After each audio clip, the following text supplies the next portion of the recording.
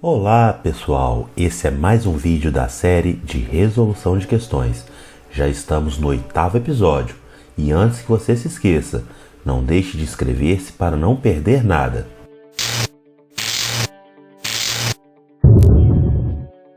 Então vamos à primeiríssima questão.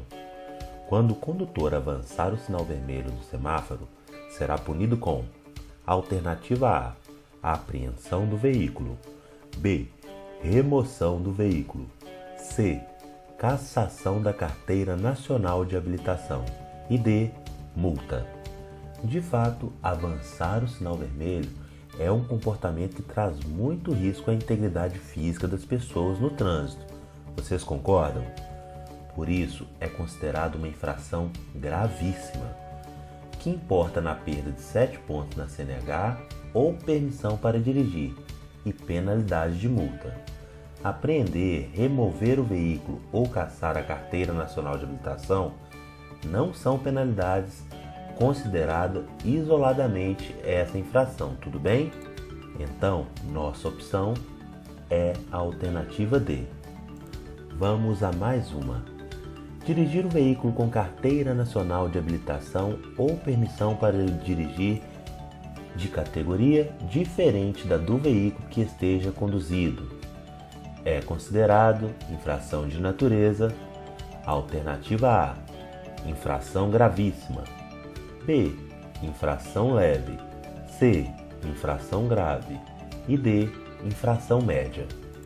Essa é outra questão que tenta aferir nossos conhecimentos acerca da classificação de condutas consideradas infracionais. Dirigir um veículo com uma categoria diferente da CNH ou da permissão que o condutor possui, de maneira formal, demonstra que o condutor daquele veículo, embora habilitado em outra categoria, não reúne as habilidades suficientes para conduzir um veículo de categoria diversa. E isso é considerado gravíssimo, inclusive com a penalidade de multa multiplicada por 2 vezes. Vamos aproveitar para falar um pouco sobre o fator multiplicador nessa infração e outras que se aproximam dela pela conduta.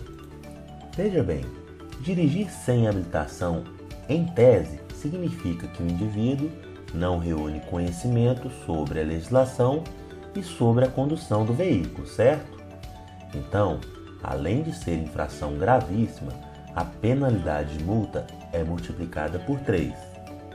Também é multiplicada por 3 e é gravíssima a infração imputada ao condutor que insiste em dirigir com a CNH ou a permissão cassada ou com o direito de dirigir suspenso.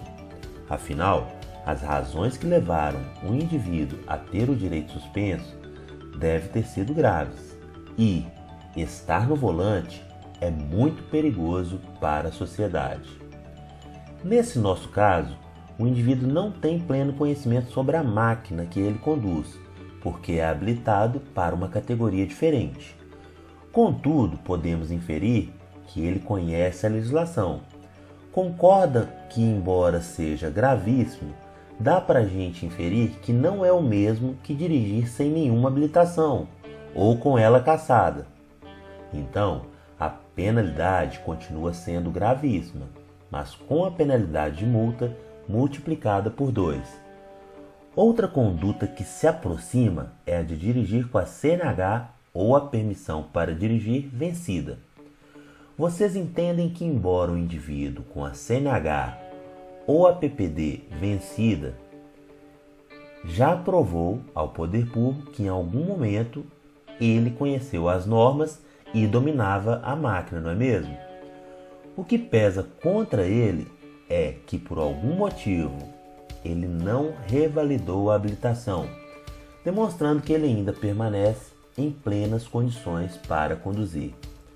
Continua sendo gravíssimo, assim como aquele que dirige sem usar lentes corretoras, aparelho auxiliar de audição ou próteses a ele exigidas.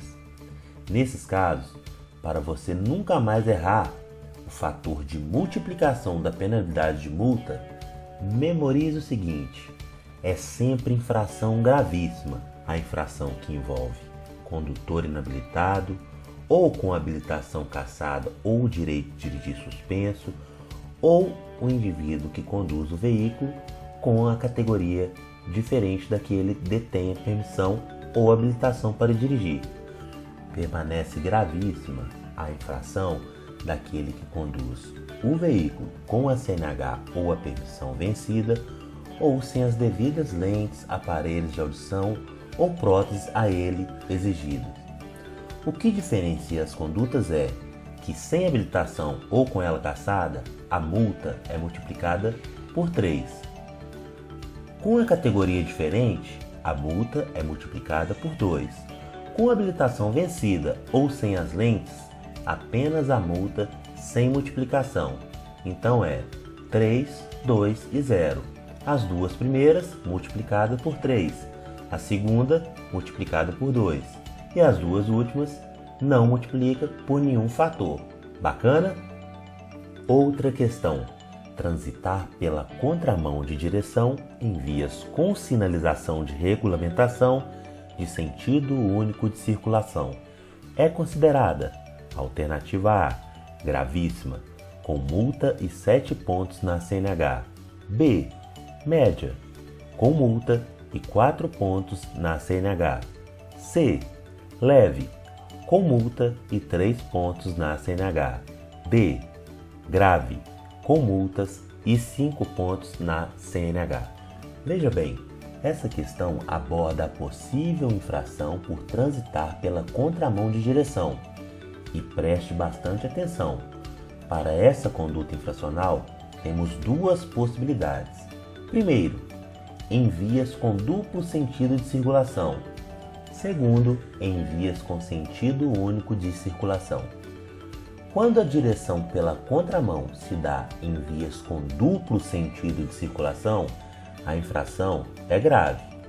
No entanto, se o trânsito se dá pela contramão de direção em vias com sentido único, a infração é gravíssima. Vejam esses dois trechos de pistas na tela. A primeira lição que podemos tomar é que quando o tracejado tem a cor amarela, significa que a via possui duplo sentido de circulação. Quando o tracejado é branco, a via é de sentido único. Veja que quando o sentido é duplo, às vezes ocupar a contramão de direção é até permitido, mas apenas pelo tempo necessário para uma ultrapassagem. Além disso, um veículo que transita pela contramão de direção de uma via com duplo sentido pode até ter tempo de voltar para sua mão de direção e evitar uma colisão. Na via de sentido único, não importa a faixa que ele ocupe, estará sempre na contramão caso venha pelo sentido contrário. Por isso, contramão em sentido duplo é infração de natureza grave, com 5 pontos na carteira, e a contramão no sentido único é infração gravíssima, com 7 pontos na CNH ou PPD. Portanto, a alternativa A é a nossa opção. Entenderam? Vamos à questão derradeira de hoje. As marcas viárias pintadas sobre a pista de rolamento, como linhas longitudinais, linhas transversais e faixas de pedestres, predominantemente nas cores branca e amarela, indica a finalidade de A. Ordenar fluxos e orientar os condutores. B. Ornamentar as ruas da cidade. C. Ordenar o fluxo de veículos simplesmente. E D. Ordenar fluxos e complementar a sinalização vertical de regulamentação, advertência ou indicação. Na questão anterior, nós aprendemos que as marcas viárias longitudinais indicam fluxos opostos, ou seja, duplo sentido de circulação, e que as linhas longitudinais na cor branca indicam sentido único de circulação. Até aí, tudo certo. Agora, nós vamos aprender outras classificações que essas linhas longitudinais contêm, a fim de orientar ao motorista. As duas primeiras são simples e contínuas. A amarela significa que há fluxos opostos, ou seja, duplo sentido. A segunda, de cor branca, informa que há apenas um sentido. A continuidade dela significa, no caso da amarela, que é proibida a ultrapassagem nos dois sentidos. A linha branca proíbe a ultrapassagem e a transposição no sentido da via, afinal, ela é de sentido único. As duas seguintes são simples e seccionadas. A simples amarela seccionada permite a ultrapassagem dos veículos nos dois sentidos. A simples seccionada, mas de cor branca, permite a ultrapassagem ou a transposição no sentido da via. A dupla contínua amarela proíbe a ultrapassagem nos dois sentidos. A dupla contínua seccionada permite aos veículos que estão do lado do seccionamento que façam ultrapassagem, e do lado em que ela é contínua, a proibição daqueles veículos que trafegam naquele sentido de fazer a ultrapassagem. Por fim, a dupla seccionada permite a ultrapassagem nos dois sentidos, ok? Diante disso, podemos afirmar que a opção correta é a alternativa A. A função dessas linhas longitudinais é ordenar fluxos e orientar os condutores. Muito bem, meus amigos, nessa bateria nós aprendemos muita coisa sobre as gravidades nas infrações que envolvem a habilitação e também sobre a sinalização através das marcas viárias. Se você aprendeu, deixe seu like, inscreva-se no canal e compartilhe com seus amigos. Siga-nos também em nosso Instagram. Um grande abraço e até breve!